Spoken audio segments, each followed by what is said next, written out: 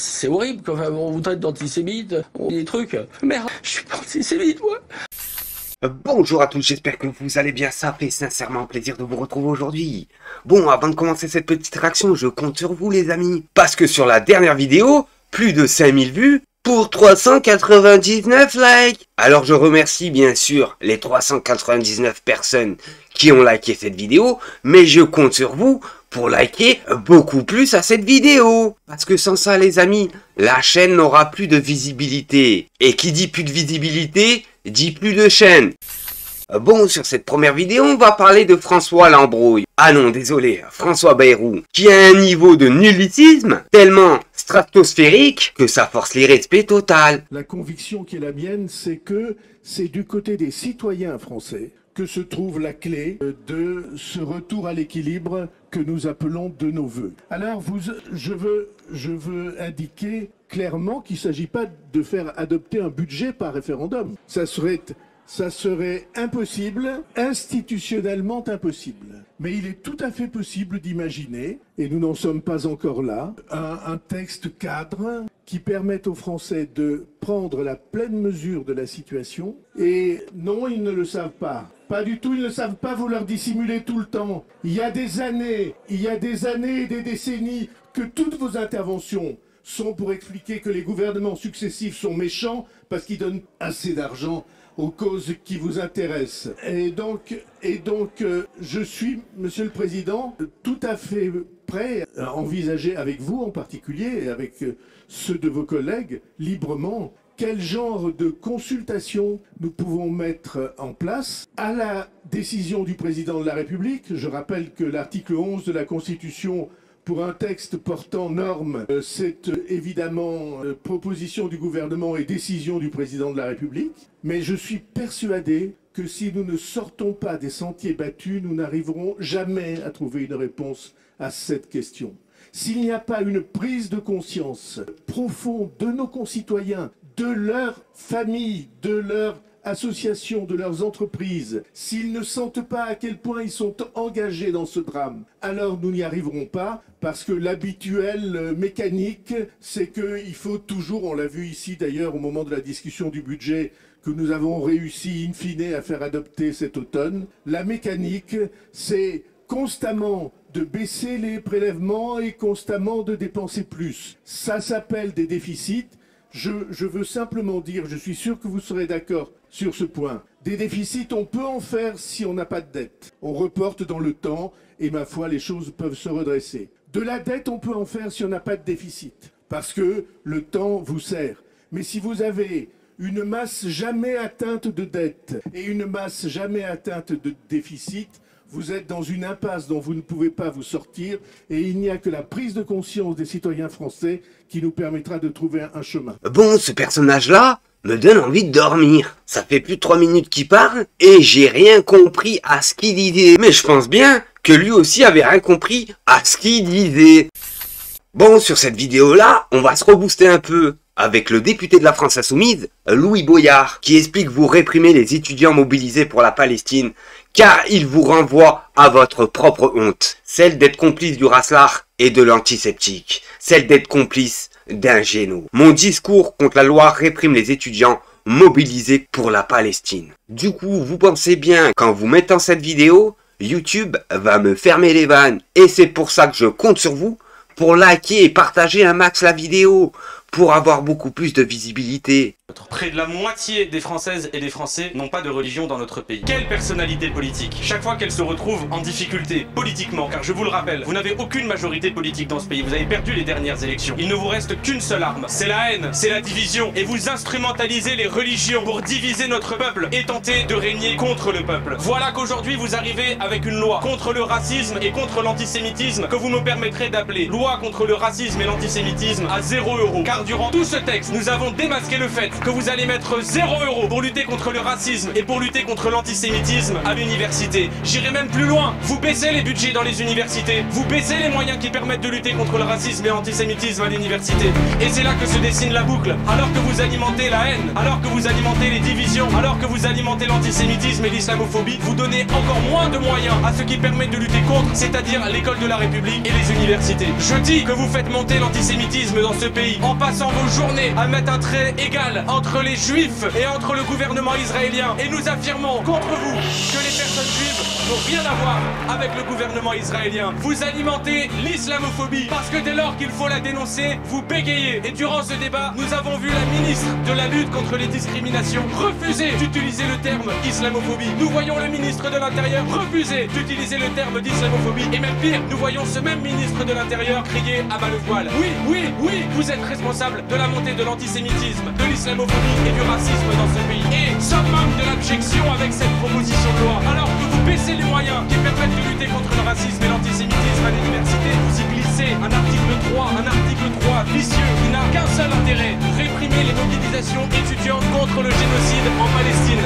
Je ne vois pas ce qu'une commission académique sur laquelle l'université n'a aucune prise. Je ne vois pas en quoi mettre des articles qui permettent de mener des enquêtes sur ce qui se passe en dehors de l'établissement universitaire, pour tout ce qui a trait au bon fonctionnement en dehors de l'université. Je ne vois pas comment vous pouvez nous regarder dans les yeux et nous dire que vous n'allez pas l'utiliser pour réprimer les étudiantes et les étudiants mobilisés contre le génocide en Palestine. Aujourd'hui, Monsieur Wauquiez a fait une annonce. Monsieur Wauquiez a annoncé qu'il allait retirer les subventions à l'université Lyon 2 parce que là-bas il y a des étudiantes et des étudiants qui se mobilisent contre le génocide en Palestine. Madame Pécresse avait fait exactement la même chose au sujet de Sciences Po Paris. Et vous savez qui d'autre le fait? Donald Trump aux États-Unis. Il y a dans votre manière de faire des relents trumpistes qui visent à instrumentaliser un racisme et un antisémitisme dont vous êtes responsable pour réprimer les paroles avec lesquelles vous n'êtes pas d'accord. Alors que ces étudiantes et ces étudiants se mobilisent contre vous parce que vous ne faites rien, alors qu'à Gaza, des familles, des enfants, des pères, des mères sont affamés, bombardés avec votre complicité, alors que vous faites monter l'antisémitisme et le racisme, que vous baissez les budgets pour lutter contre. Heureusement que ces étudiantes et ces étudiants sont là, et j'ai même envie de dire, ils et elles sont l'honneur de la France, et nous serons toujours à leur côté, nous serons toujours à leur côté, et je veux vous le dire,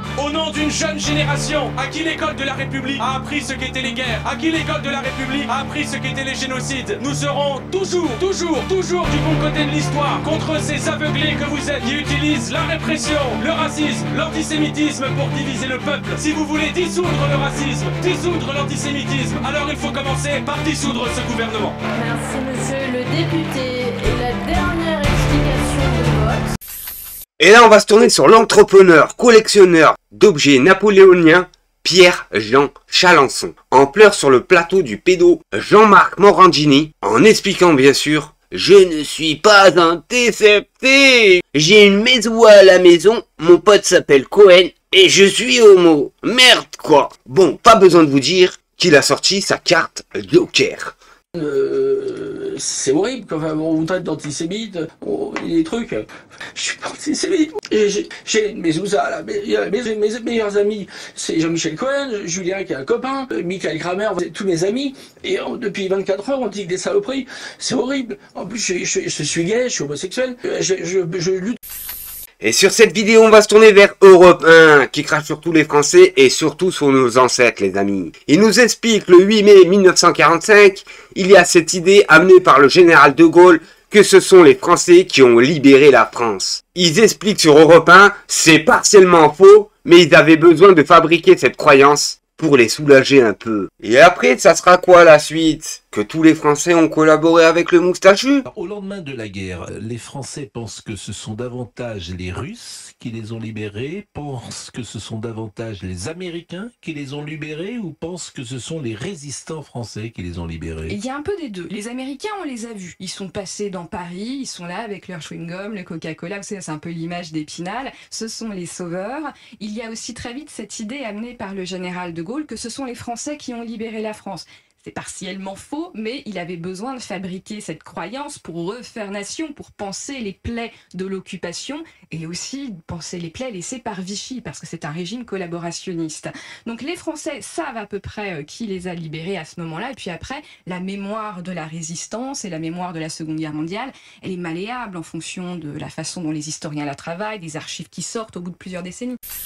Et là, on va se tourner chez les grandes gueules. Ça part en sucette, je dirais même, ça part dans tous les sens. On va nous parler de l'enquête choc sur les coulisses de la France insoumise. Diaboliser la France insoumise, c'est la seule chose qu'ils savent faire. On nous explique, sans cligner de l'œil, Sébastien Delogue est décrit comme un enfant qui a eu trop de pouvoir. Il a apparemment dit, écoutez bien, en parlant d'une femme, elle, je vais laver. Si ça, c'est pas gravissime, j'ai plus qu'à fermer ma chaîne. D'après ce qu'on lit, c'est un type qui est violent, qui met la pression sur les gens et qui insulte beaucoup, y compris les femmes. Oui. Et ça, je l'ai pas entendu d'ailleurs raconter beaucoup ailleurs. Je voudrais que vous insistiez, que vous nous disiez. Ce qu'on nous raconte à Marseille, c'est... Alors, il y a des sources qui le décrivent comme un enfant auquel on aurait donné trop de pouvoir, en fait, qui se sent tout permis. On raconte qu'à Marseille, il roule dans les voies de bus. D'ailleurs, il avait été, verbalisé. Mais pas seulement, on raconte que quand il part à Paris, il gare sa voiture sur le parking réservé à la SNCF et il ne comprend pas qu'on le lui reproche. Et il dit, mais je suis le député. Ce que ça dit, ce personnage de la France insoumise, c'est qu'à force d'écarter ceux qui avaient de l'esprit critique et qui étaient en mesure de le contester, ne serait-ce que de le remettre en question, restent les idolâtres dont le sérieux pose parfois question. Oui, mais là, vous... les idolâtres dont vous parlez... Attends, juste je voudrais qu'on continue sur Delogu, notamment sur ce qu'il est et ce qu'il laisse transparaître de lui vis-à-vis des femmes. Parce que ça m'a quand même assez choqué. Allez-y. Alors, ce qu'on raconte, la façon dont il parle des femmes, il y a des mots très durs. Voilà, il y a un ancien collaborateur qui nous dit j'étais moi-même choqué à la fin. Il dit que lui-même, tous ses repères étaient brouillés face à tant de violence. Donc, il utilise des phrases comme cette chienne, cette pute, voilà, des insultes, quoi. C'est quelqu'un qui a pas de respect. Je vais la faire violer si elle continue à m'emmerder. Oui, c'est des propos qui sont rapportés. Et ce qu'on raconte aussi, c'est que il y a une affaire de potentielle agression sexuelle qui secoue le mouvement des jeunes insoumis à Marseille. Voilà. Il y a un jeune parce que ce Mathias, c'est pour ça que ça rejoint ce que vous disiez. En fait, on a l'impression que la nouvelle version de la LFI, on va chercher des gens assez déstructurés. Pour certains, comme Delogu, un peu à la limite, il était à la limite à un moment d'être un peu sans domicile. Hein. Il dormait dans les voitures. Oui, mais à la limite, c'est pas ça le problème. Non, mais je veux dire, il y a des moments de fracture dans des vies, et on a l'impression que Mélenchon, Chikirou, etc., on dirait qu'ils vont savoir chercher la faille dans la vie personnelle de quelqu'un qui est en difficulté pour aller le prendre et en faire le serviteur de Raël, quoi, en gros. Hein. Donc, ce Mathias, là, en question dont vous allez parler, c'est un gamin qui est un peu en déshérence et dont on fait un militant qui est un peu... acharné. Oui, voilà. Et qu'il n'y a que ça, c'est comme ça qu'il est... Allez-y, mais non, qu'est-ce qu'il essaie de faire, ce Mathias, parce que c'est quand même pas piqué là. Donc, il y a cette affaire de potentielle agression sexuelle qui secoue le mouvement des jeunes. Les jeunes sont partagés sur le sujet, puisque les deux potentielles victimes ne veulent pas parler, mais les jeunes autour sont choqués. Et c'est Delogu qui va venir calmer les jeunes en leur disant circuler, il n'y a rien à voir, je représente ici Mélenchon. Et il leur dit que ce sont des choses qui arrivent et qu'il ne faut pas s'y attarder sur ce qui s'est passé. Bon les amis, c'était tout pour aujourd'hui. Merci de m'avoir suivi. Au prochain épisode.